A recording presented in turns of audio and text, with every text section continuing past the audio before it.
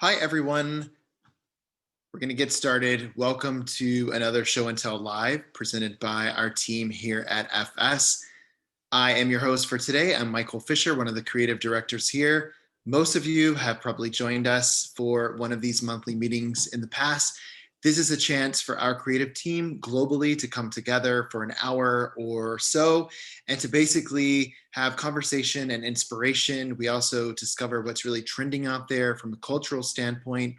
Oftentimes, these meetings do lead to further things in our research, such as macro trends and design aesthetics later on down the line. We do these the first Wednesday of every month. So go ahead and mark your calendars. The next one will be on Wednesday, February 3rd. All right, we're going to go ahead and get started today. And Mallory from our amazing beauty team is up first today. Mallory, kick it off for us. Thank you. Hey everyone, I'm Mallory. I'm a beauty editor here at FS, and I have two very delightful themed links to share. First of all is Bridgerton, and I'm sure many of you binged it over the holiday season. If you don't know, Bridgerton is Netflix's new kind of alt-reality historical drama. It's really taken the cultural zeitgeist by storm. Like its predecessor, Emily in Paris, it's full of fabulous costumes, dazzling settings, and has just inspired a ton of discussion. This first link that Michael is scrolling through right now is about how design and pop drama can collide to create things that are really fantastic. Following the launch of the show, Netflix announced a partnership with the British Fashion Council, commissioning 3 young scholars to create Regency-inspired garments that you see here showcased by some of the stars of the series.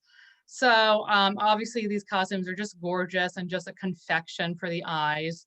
And it's just maybe a little nod to the idea that maybe maximalism isn't totally dead and that maybe we're still hungry for this kind of lush period aesthetic. So I love these costumes, just gorgeous to scroll through.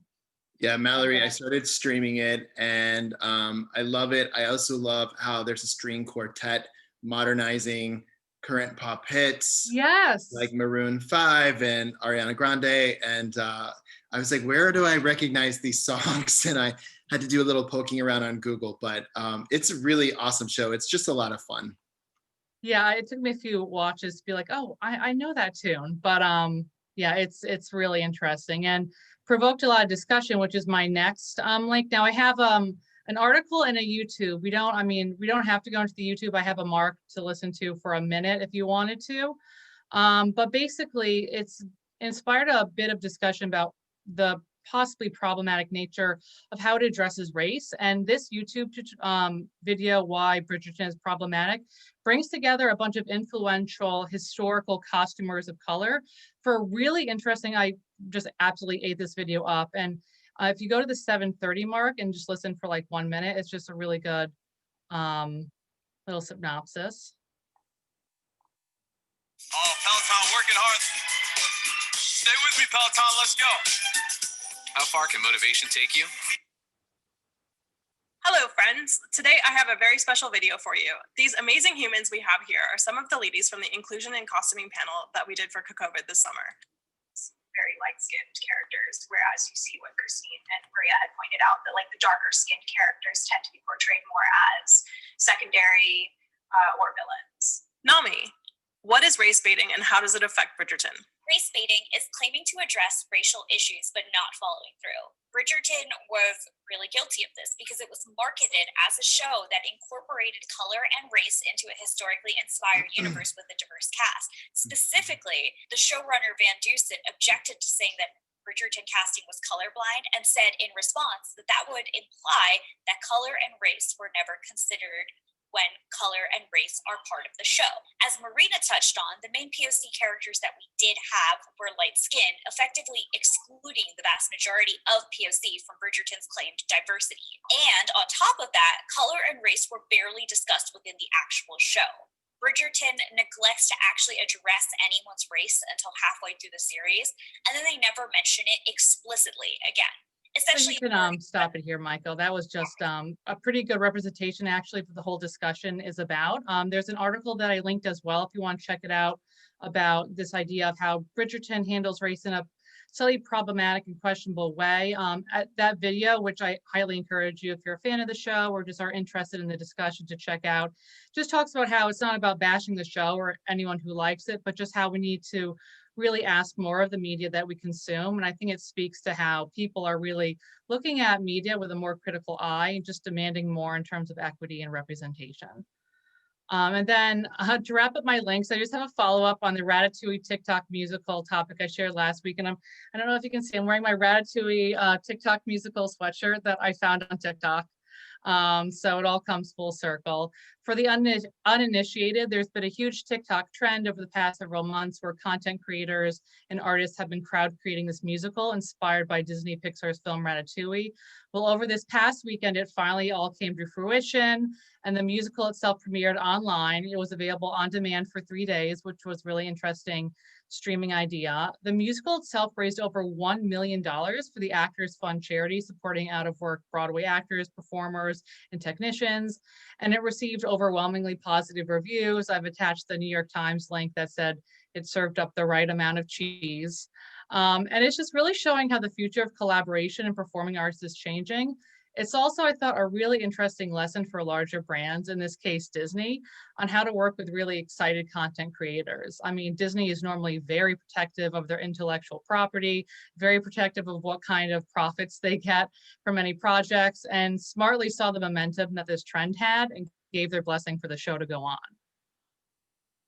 Awesome. Thanks, Mallory, for continuing to bring the thread through on this. I'm sure you'll have another link next month. All right, those are all your links. We're going to move on to Pooja, who has something that we always look forward to at the start of every year. Hi, Pooja. Hey, thanks, Michael. Hi, everyone. Happy New Year. So my name is Pooja Khandelwal, and I'm the Content Strategy Manager at FS. And today I'm sharing a link by Google. It's their year-end search for 2020. So at the end of every year, Google releases a short video that reveals questions, moments, or individuals that the world searched for. And it features roughly about 50 Google Trend insights. So speaking of 2020, according to Google, the world searched for questions starting with the word why more than ever before. And I think this makes complete sense because we have been so overwhelmed with the most part of 2020 with the kind of news and headlines from all over the world. And it's an interesting video. It's about 3 minutes, so let's watch it. Great. And just a reminder, we always have some video playback issues occasionally just because of Zoom. That's the nature of Zoom. So if the playback is weird for you, just find this after the meeting and watch it again. But we'll give it a go here. Here we go.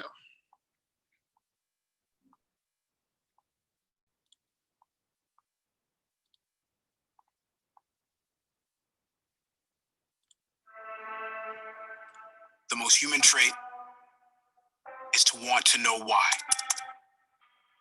In a year that tested everyone around the world, why was searched more than ever.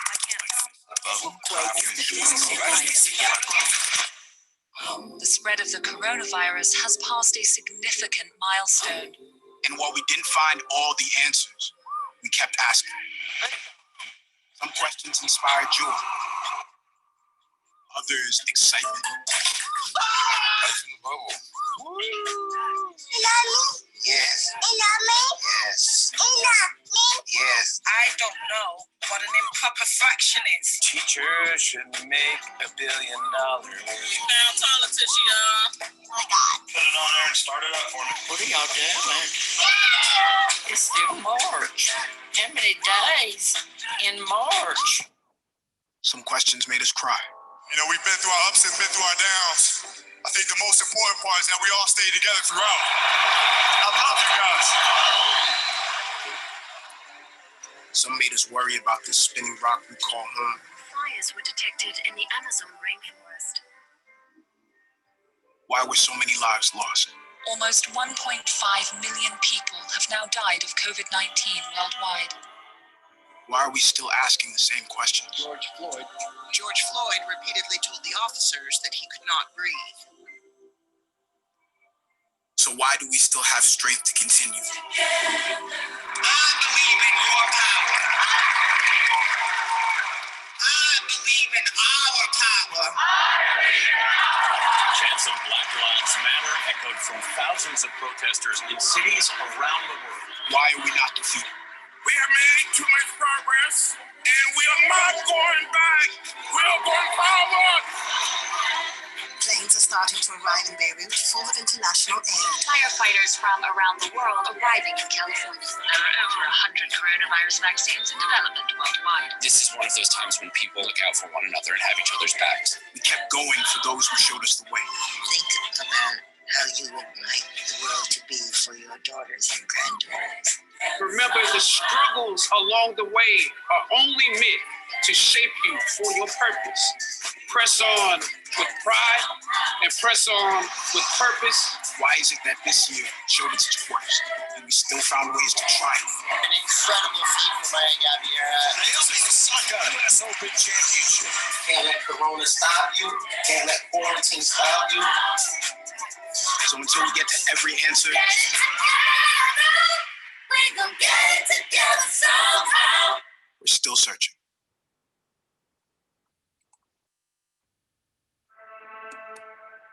The most Thank you, Pooja. It's always interesting when we see these year-end things because there's so many things that come up and we feel like they were human trait. another year. You know, it feels so long ago, some of them. Pooja, did you want to say anything else? No, that's about it. Yeah, it's like a good throwback. Like you put it so well together. I really look forward to these videos at the beginning of every year, even though they come at the end, because it's nice to see the things that we have gone through. And 2020 has, I mean, we all know it's just one of its kind. So yeah. Right. Thank you so much, Pooja, for sharing that. We always look forward to that. Next up from our home team, we have Amanda. Hi, Amanda. Hi, Michael. Hi, everyone. I'm Amanda. I am on the home team here. My first link is a little home inspiration, but it's honestly so much bigger than that. It's this amazing Instagram account called Hood Century, which was founded by the creative studio founder, Things We've Made, named Gerald Cooper. And it's this amazing Instagram hub where it's really a preservationist movement in an Instagram format. So what it started off was Cooper was walking in his hometown neighborhood of Cincinnati and noticed all of this amazing modern architecture that he felt that no one was really appreciating or noticing in this small community.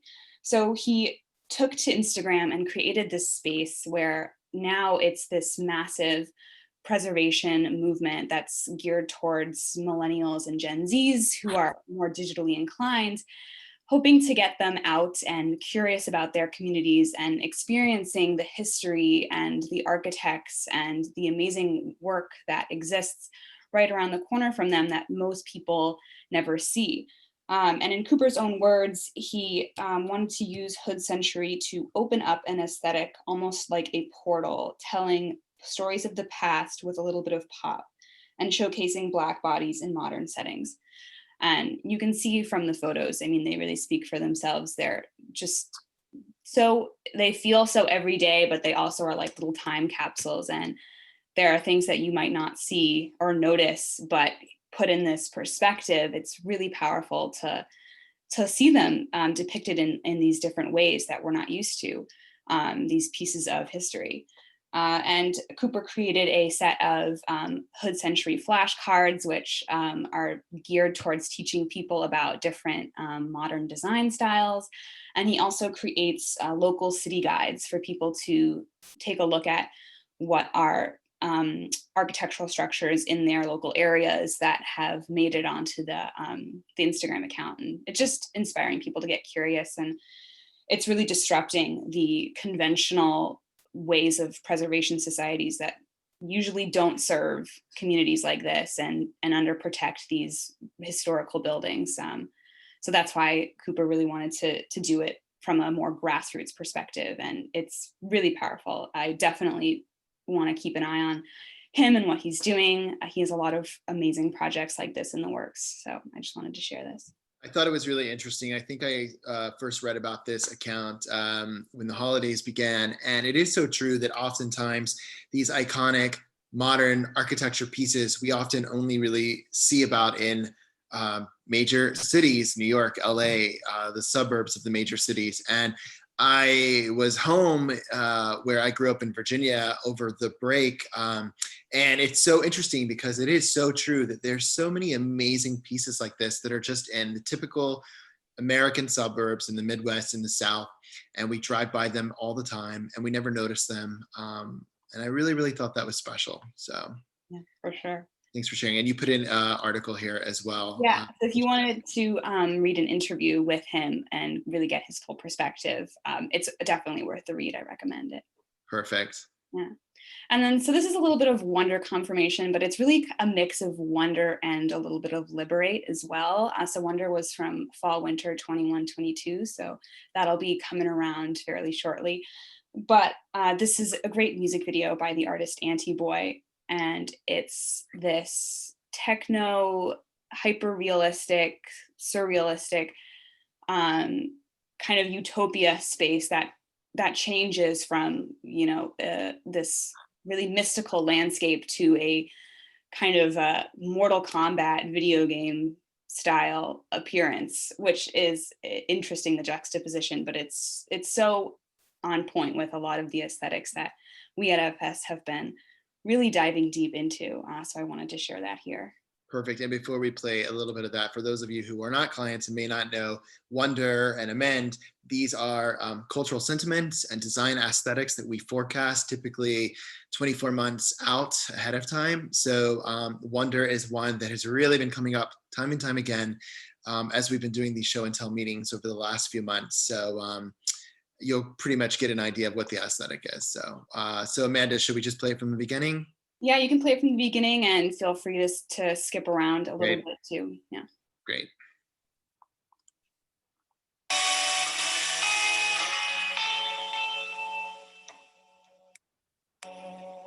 How could you be so selfless when you love me just 'cause I do, keeping me close, so careless. After all that we've been through, you wouldn't be with me, but you love me just 'cause I do. I'll let you go so you can say if you can be happy too. Paradise gets me high.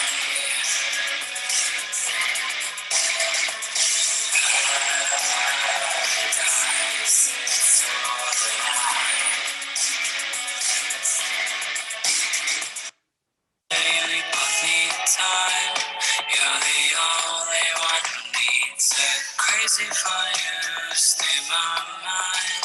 Kissing you, my heart is blue. I won't stop missing my baby, even when. It's really great. It's this otherworldly quality, just like in our design aesthetic, lots of purples, right? Yeah, lots of purple. Yeah. Yeah, I thought it was just like, I hadn't seen a music video done quite this way. It's like a little bit, it feels a little bit old, like early 2000s, but so new at the same time. Exactly. So the next link I have is a link to discussing this video game and just gaming evolution and revolution that we're seeing right now that really spiked in quarantine. So this one is a this like limited docu-series on Netflix called High Score, which just kind of shows the history of classical video games that goes from earlier things like Tetris to, you know, through D&D and how that formulated to, you know, the kind of modern avatars like Sim and beyond that we're seeing popular today.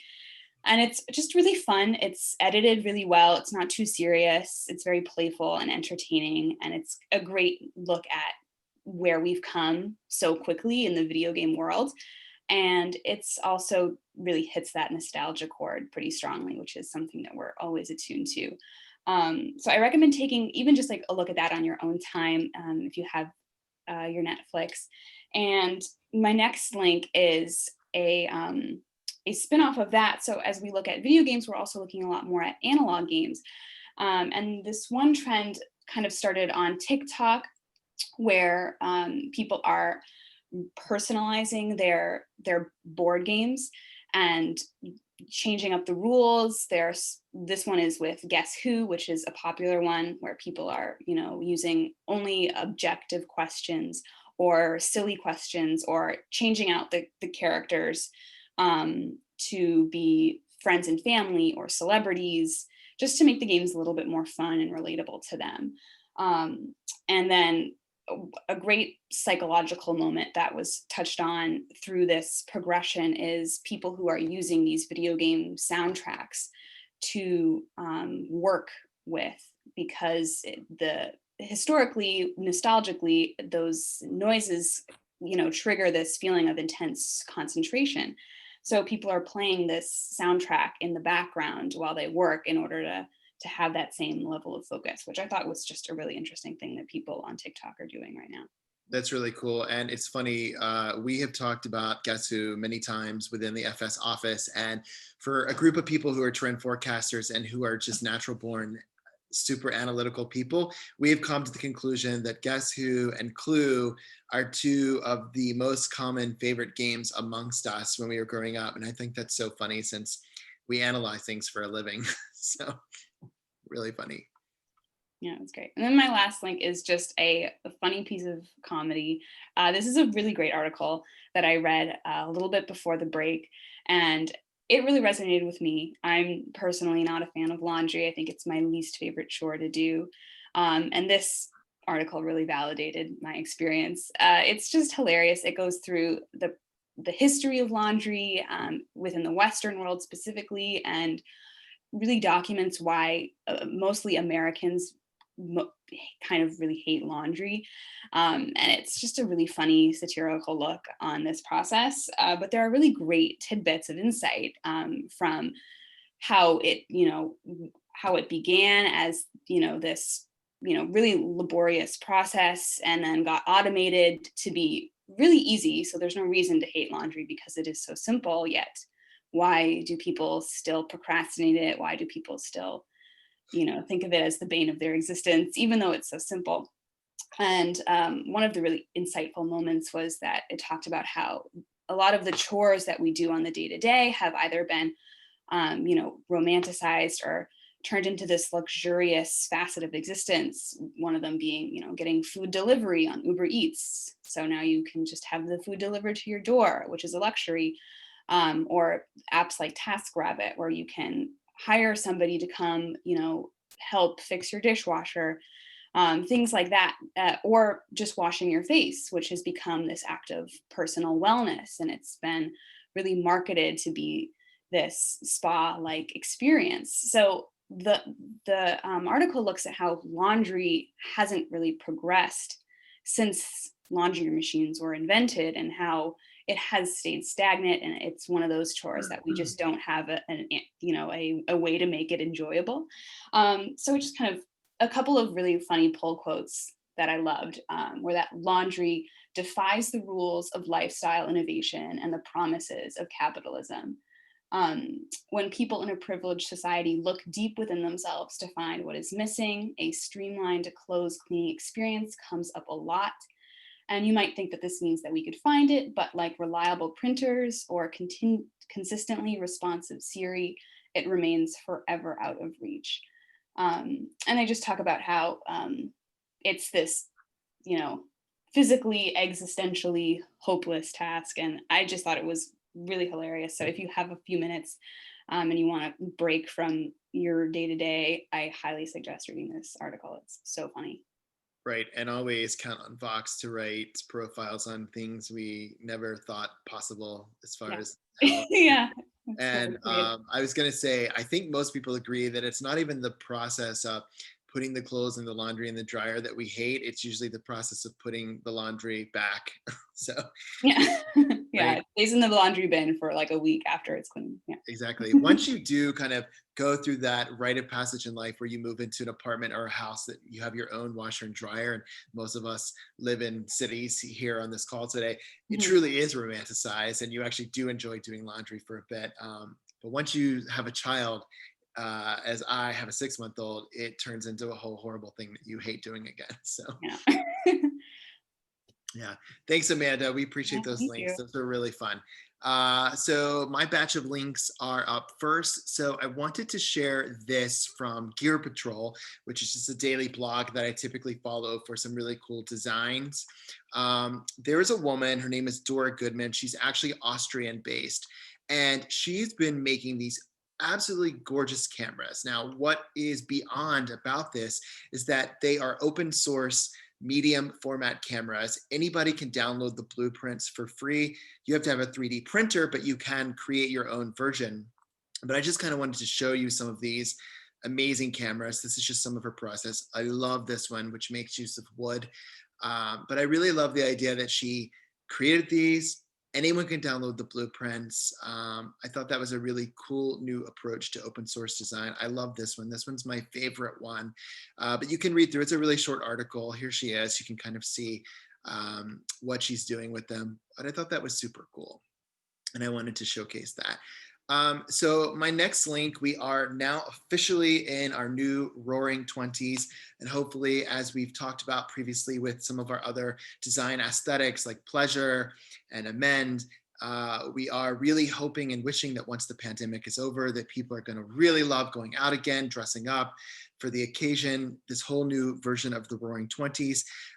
As of January 1st of 2021, the Great Gatsby is no longer copyrighted. Basically, it's now public domain. What that means is that publishers all over the world can now create their own takes on what is one of our favorite, most iconic books in American history. So I just kind of wanted to show you, this is obviously the original cover that you're most used to seeing, but already some of the other publishing houses have done their own versions. HarperCollins has this more like simpler version with the bowler hat.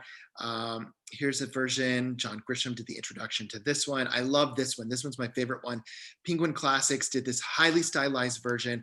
I thought it had this really kind of textural quality about it, which was super cool. Here's a really beautiful Art Deco version by Black Dog and Leventhal. And then also there is a brand new book that actually comes out this week written by Michael Ferris Smith, and it's kind of a prequel of sorts. And Nick Carraway, the narrator of The Great Gatsby, is the main character of this book. And it really focuses on his time after World War I and how he stays in Paris and he goes to New Orleans, and it's kind of like his hijinks all around the world. So there's so many cool things that are coming out of it. And I just wanted to kind of show you, I'm a huge fan of graphic design for book covers. So I wanted to showcase those. And then finally, I have 2 New York Times articles today. I hope that you will follow up and you'll read more about these articles. The first one that I wanted to highlight came out a month or so ago, and it's about how the amazing artisans on Savile Row, how they are surviving this pandemic. And so you can read through, it's a very long article, but I'm just going to give you some highlights today. You know, basically with the UK being shut down twice now, it really has hurt the Savile Row Tailors. They typically spend 3/4 of their year flying around the world, fitting their clients, doing you know, making these suits, more so than when they're in their actual shops doing the cutting and the sewing. 70% of their revenue comes from these overseas trunk shows. So with travel really basically stopped, it's very much hurt these heritage houses business. Another thing that I thought was really interesting is that a lot of Americans from cities like New York and LA specifically, they roughly account for 1/3 of the revenue of Savile Row. So that also has hurt their business. So what are they doing about it? So they're trying to work with their landlords. Most of these houses have been there for generations. I found this super interesting as someone who has been on Savile Row many times just because I love it and I'm a menswear person. I never knew this. The biggest landlord of Savile Row is Norway, the country of Norway. $1.1 trillion sovereign wealth fund owns these properties. And so because of that, these tailors are actually finding really easygoing ways to survive the pandemic, because obviously with a $1.1 trillion wealth fund, the country of Norway is not suffering from not getting rent from some of these people. And finally, this article really focuses on what the tailors who are trying to modernize their business are doing. For example, there is one that is focusing just on women's wear. That is brand new. And so she's trying to modernize her business. The one that you see here in the picture, what they're doing that's really interesting, it's called Huntsman. They created, I think, 7 of these wheeled robots. They can be sent abroad, and they're actually able to measure their clients using the robots. And the inspiration for this came from surgeons during the pandemic and other times that are actually able to do surgery utilizing robot technology. So that's where they got the idea for this. But you can read through it and you can see other things that they're doing to modernize their business. It's something that we definitely need to protect because it is a iconic treasure of our industry. And then my other article is also New York Times, also about kind of artisanal things. This article came out in December and I was super inspired by it. I wanted to share it in our first meeting about how more men are reaching for sewing machines. They call themselves now sewist, which is the gender neutral term. And they've really been working hard to kind of shake the old-fashioned housewife imagery, which is usually associated with people who work with a sewing machine. So we've talked in the last year or two about some, hipster guys that are kind of taking up quilting. So this is another extension of that. Quarantine has obviously really increased the sales of sewing machines worldwide.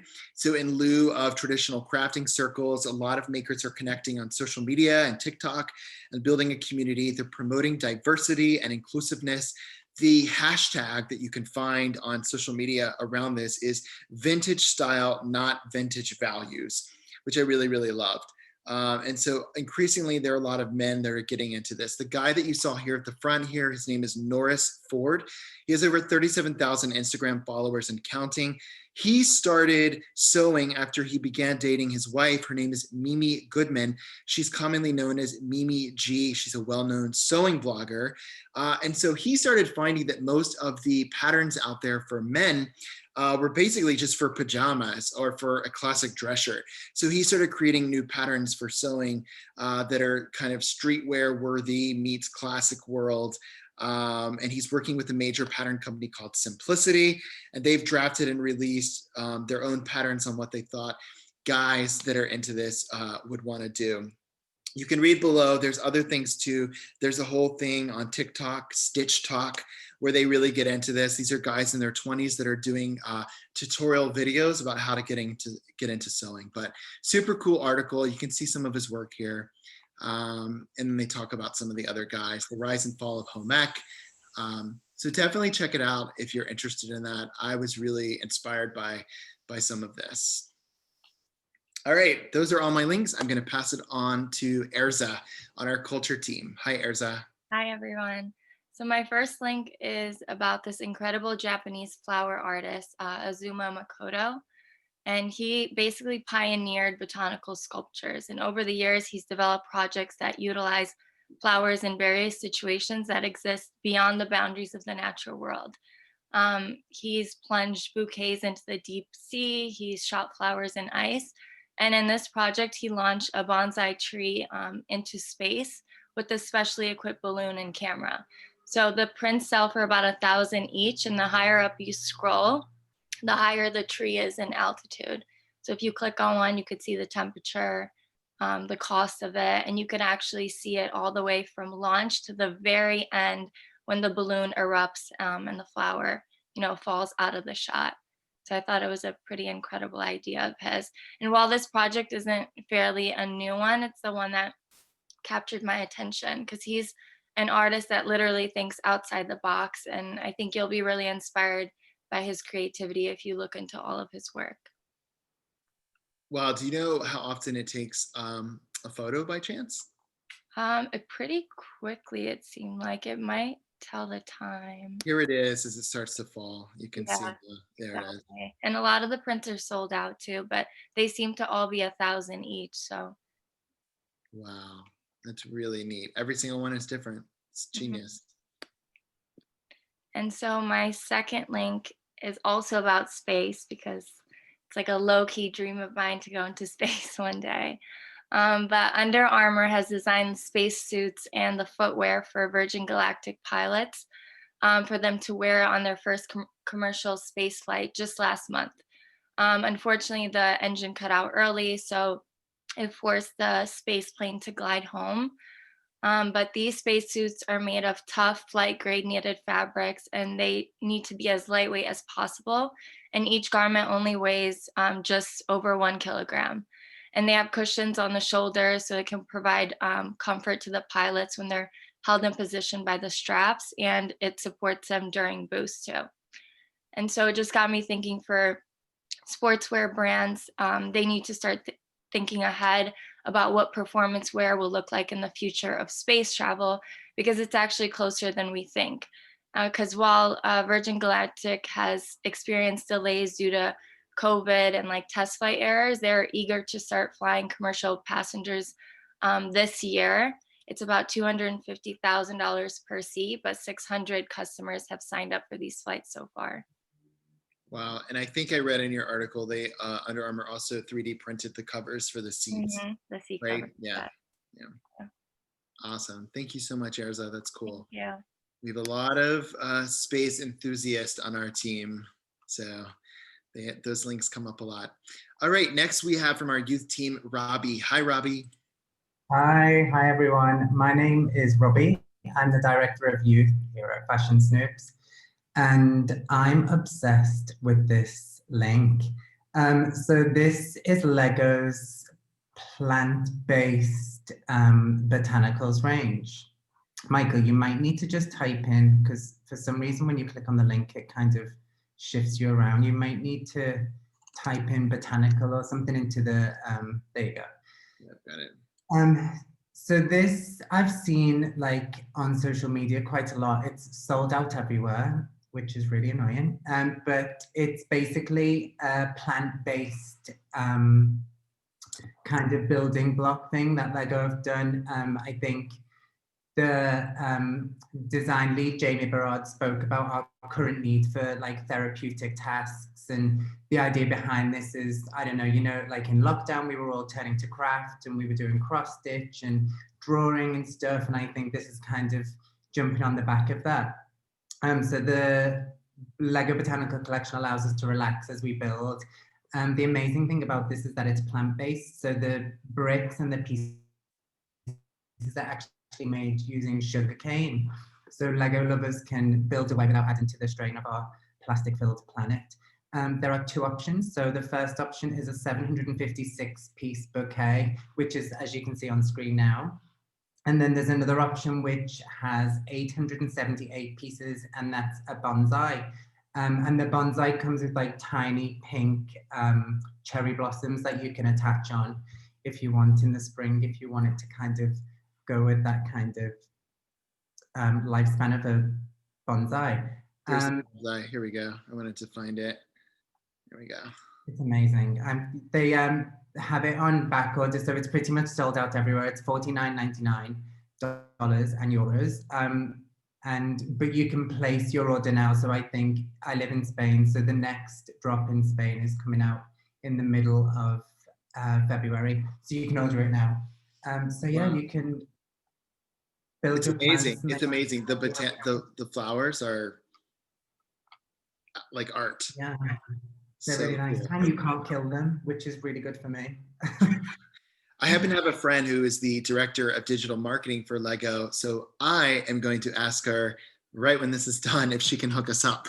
Oh, wow. It would be good if they did like more versions, I think, because it's been super popular and stuff. I think surely they'll do like add-ons and like, I don't know, I've got visions of like brides walking down the aisle with like Lego. It's so cool. I love it. That's probably my favorite link of today. Thank you so much, Robbie. Next from our pattern and graphics team, we have Rachel. Hi, Rachel. Hi, Michael. Happy New Year, everyone. I'm Rachel, editor for pattern and graphics at FS. My first link is an online virtual exhibition called The Visions of the Future. So if you go back up to the top, actually, you can go right there in the corner. It says virtual exhibition. So this is showcasing some emerging designers from Singapore. And basically, they were prompted to look at the past year, 2020. We all know from Pooja's video that it was quite a year. So they were looking on how to deal with products that deal with quarantine fatigue and isolation. And the common question that they were asked in preparation was, how might design help us to thrive despite the challenges of the moment and reimagine hope in such dire times? So I wanted to show you some of my favorites on here. There's a lot of really great ones, but the one with the woman on the left-hand side, this was one of my favorites. It's called Rewind. So this one was aiming to look at seniors. So a lot of them, they're dealing with isolation for the very first time, and obviously, mental deterioration. So she created this cognitive simulation tool. So it exercises the mental agility and keeps the seniors active through joyful therapy. And it kind of replicates, it relies heavily on repetition, so things they would do in their everyday life, such as cooking, sweeping, and includes sights and sounds and virtual feedback as well, just to help retain that memory and make them feel like not quite so alone. But it tries to recall those motor skills and keeps them active throughout quarantine, but then also when we one day return to normalcy. So I really love this. I thought it was really special, a really cool project. And this was one of the first designs from this particular designer, but I'm looking forward to seeing how she progresses and how she aims to keep going with this one in particular. Another one that I really liked on here was, if you keep going down a little bit, this pneumatic touch. This one made me think of Nia, our materials expert, a lot. So we're always looking at materials. And this one, it aimed to mimic, the sense of feeling that someone is around you. So we have been seeing a lot of fabrics that kind of replicate the act of touch. So this one was dealing with fabrics that when inflated, it gives that feeling of less isolation. So I really loved this, and the fabric collection is called Luft, which I think is the most perfect word to describe the visual of these fabrics. I love that word. That's awesome. Very It's definitely a word that sounds like how it would sound if it were in action, right? Exactly. Yeah, I didn't know how to describe that. Yeah. There's one more on there that I wanted to show, actually. Oh yeah, sorry about that. Let me go back. That's okay. On the virtual exhibition. Down a little bit more. I think, yeah, it's the last one there. So if you scroll kind of midway through, there's a few in this. This is all from the same designer. This one was a soap that I really liked. Michael, with the kids, I'm sure you're going to be learning this soon, but it's going to be a struggle to have them wash their hands. Obviously, that's always been a thing with children, but now it's even more important.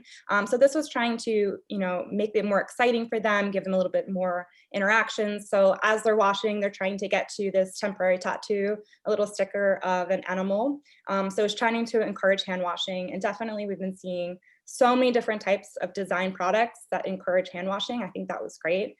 This one, again, on the ring, the one on the bottom there, this is by the same designer. So this is a ring that you can wear, and when you split it open, it has a scent inside of it. So basically, it's a reminder of how often we touch our face. So when you bring your hand close to your face, you're reminded by that simple smell that you're there and you shouldn't be touching your face, keep it away. But you can also close the ring so you don't have a smelly ring on all times. But I really love these two because they're such vastly different designs from the same designer. So this whole exhibition, again, it's highlighting, the newest and the best of, innovation from Singapore. And I really loved it. And considering, with all of the art and design, we've been seeing a lot of virtual exhibitions. I think this was really great because it tackled the topic in a virtual way. So it kind of was a really seamless production. I loved it. Wow. Yeah, I mean, the soap thing is genius. And honestly, more than just kids, there's a lot of adults out there that don't do a good job washing their hands. That's true. We all need those stickers. Yeah, exactly. And the second one was just a little bit of fun that I really liked. I know this was, it came around, we probably saw during the holidays, but I didn't really get to play with it until recently. But this was from Google Arts and Culture. It's called Blob Opera. And it was really cool. I mean, it's something that's, we always like to see kind of, I showed before, like a soft Tetris, something that you can kind of escape to when you're feeling a little burnt out online. this is one of those things. But what's really cool about it is it really included actual opera singers. So they recorded 16 hours of singing through all the different chords for the experiment. So basically, the machine learning picked up what operas typically sound like, and it made it possible for someone who, without any musical training at all, can make these blobs sound like a pretty decent orchestra. So you can skip tutorial because I'm sure you're already a super pro. And there's your blobs. So you can kind of play with them, lift them up and down, and they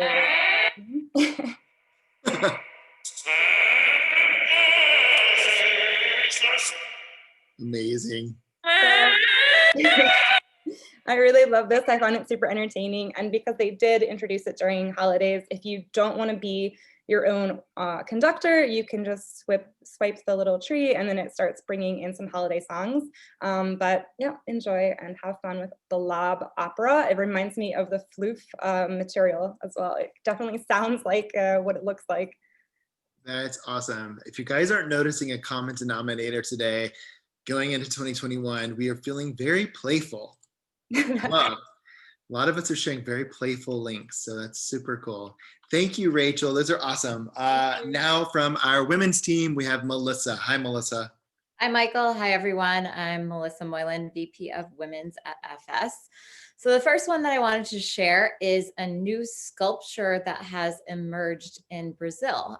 It's from an artist named Juliana Natari, and it is a vulva sculpture, and it was really timely. It emerged, I think, on New Year's Day, and it came one day after the president of Brazil said that he would never legalize abortion in Brazil. This sculpture is actually located in the northeast of Brazil in Usina de Arte, which is a sculpture park. It's 33 meters high. I think you could scroll through, there's some place where you could scroll through the making. Yeah, there you go. The making of it. The whole idea that the artist had behind it is that these issues are becoming increasingly urgent. It will be through changing the perspective of our relationship between humans and between human and non-human that will allow us to live longer on this planet and in a less unequal and catastrophic society.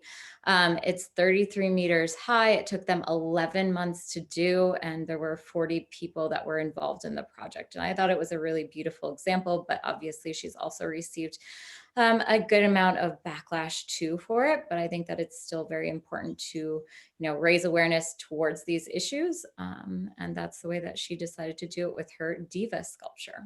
It's great. And if you guys remember the last couple of show and tells, there's been a lot of mysterious sculptures popping up, although at least this one, the artist is connected to it, which is great, but love that.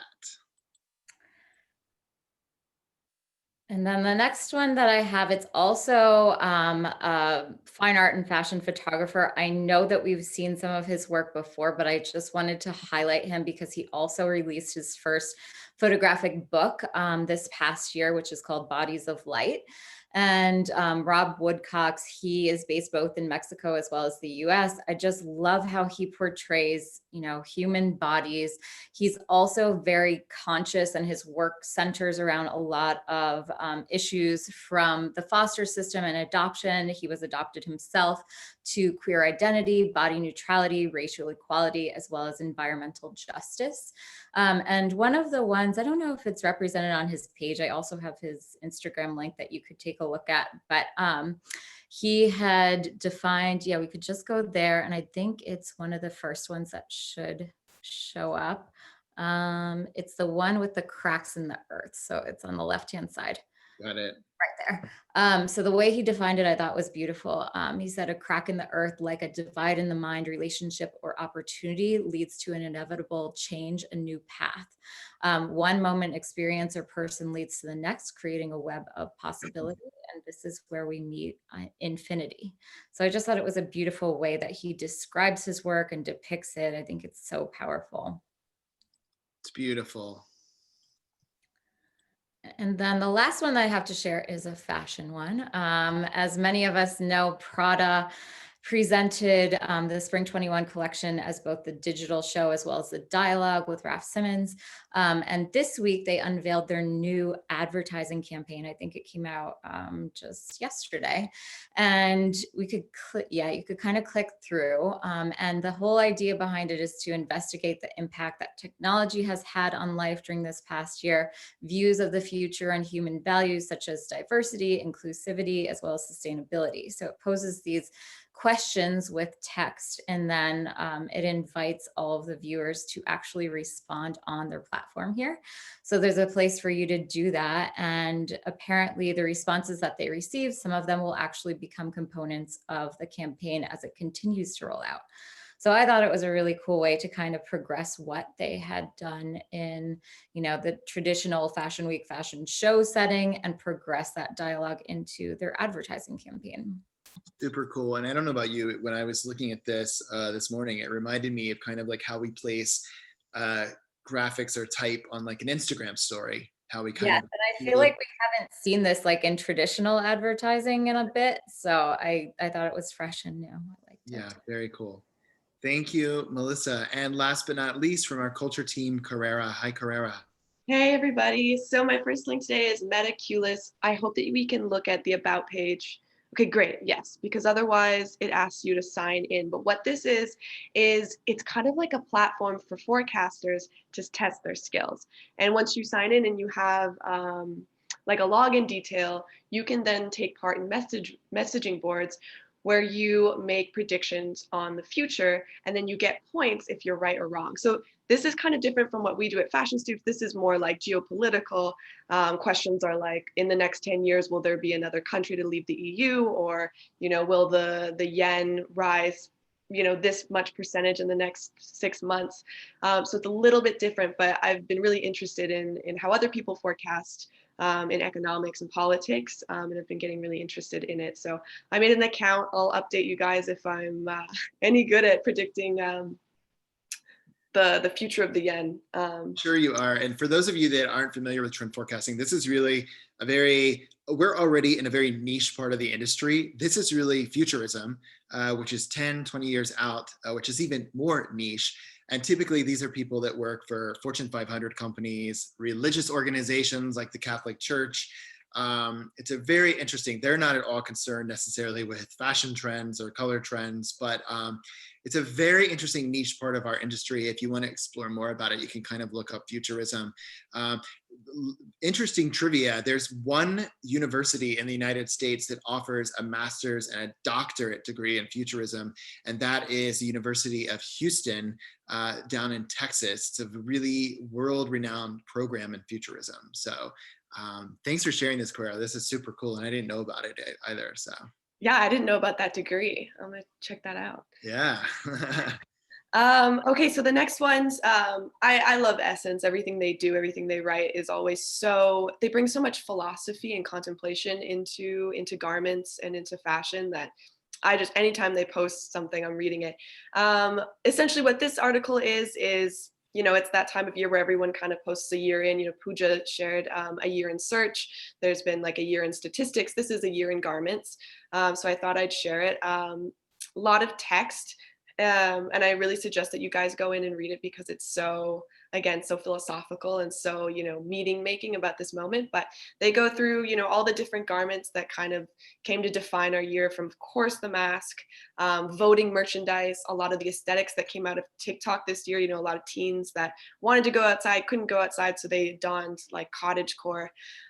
So I just thought it was a wonderful way of categorizing a year. Almost like my favorite musical is Rent, and they have that song where how do you measure a year, like in cups of coffee or in daylights. And so how do you measure a year? This is kind of a case for measuring it in material culture and the garments that we wore this year. This is great. I should have shared it and I didn't, so I'm just going to mention it vocally, but I shared with the team a really cool long feature on high snobiety that came out a couple of weeks ago. And basically they went through and they interviewed all of these people that we really respect in the industry, and ask them about what the industry should leave behind when we get to 2021, what we should do more of, etc. It kind of reminds me of this, but it's a little more cultural. So go to Highsnobiety. It's featured there at the top of the page, and you can read more about that as well. So my next link is just a PSA. Euphoria is back on January 24th. Maybe this is just even an insight to our audience on how the forecasting mind works. We know that the kids are going to go crazy for this. It's going to impact beauty. It's going to impact youth culture. So we will be on this show. We will be looking to see what the new colors they're wearing are, where they're going, how they're texting, the slang words they're using. This is like a key stone species of the cultural ecosystem. So something I'm excited about too, just to see it. Yeah, for sure. So there was early in December, the picture that you see here came from kind of, I guess you could say, a holiday special. Basically, it's just Zendaya. There's 2 other people in it. It's really dark, of course, as the show is. But because it was COVID, they were looking for a way to bridge the next season with the last season. So they've kind of done these really interesting little specials that don't have all the characters and all the actors because they were trying to film it safely. But we love this show in our office. If you haven't watched the first season, watch it immediately. It's amazing. And then my final link of the day here is a very weird mixing of worlds. So essentially these Russian, they call themselves hackers. They created essentially a Tamagotchi-like game that you essentially like level up this little dolphin by hacking things. So this is the console here. I just thought it was such a interesting, I've been playing a lot of this game, Cyberpunk. I don't know if anyone's familiar with it, but it just came out and it takes place in this futurist world in 2077, and you kind of walk around in this free world where everyone's a big part of the game is hacking your enemies because everyone has like cyborg qualities and different hardware that you can like manipulate. But I think this is such an interesting blending of like cute and hacking. They specifically want people to use it for white hat hacking. So if you're not familiar with that term, there's different, there's white hat hacking is kind of hacking for the good guys. So maybe like Tesla will have a competition where people will attempt to hack into the Tesla cars to prove that it's not doable. And then black hat hackers are kind of the more nefarious. They're doing it to kind of deconstruct and decommission things that might be important for us. But I thought it was a really interesting concept. And the idea that more and more people will be hackers and that the next generation coming up will have this like advanced computer knowledge, just it felt like a little like breadcrumb to where we might be headed. Yeah, you are our resident gamer. I guess Rachel is as well. Rachel's good at gaming as well. But thank you, Carrera. I think that is all the links we have for you today. I just want to really quickly point your attention to some amazing webinars we have coming up. So you can watch previous webinars and more by going to our YouTube channel, Fashion Snoops YT. So coming up on Tuesday the 19th, we have Voices on the Cutting Edge of Inclusive Beauty. That is in partnership with BASF, an amazing company. On Tuesday the 26th, we're going to talk all about 2023 macro trends. Do not miss that webinar. That is essential to your planning for the years ahead. On the 2nd of February, we're going to talk all about the future of wellness. For those of you who are clients, that report just dropped yesterday. I can speak on behalf of everyone that the beauty team and our graphics team and everyone involved did an amazing job. It is a huge report that you can dive into. And then we'll be back here again on Wednesday, February 3rd for our next show and tell. Thanks so much for joining us for Show and Tell. We hope you feel inspired and we'll see you next time. Bye-bye.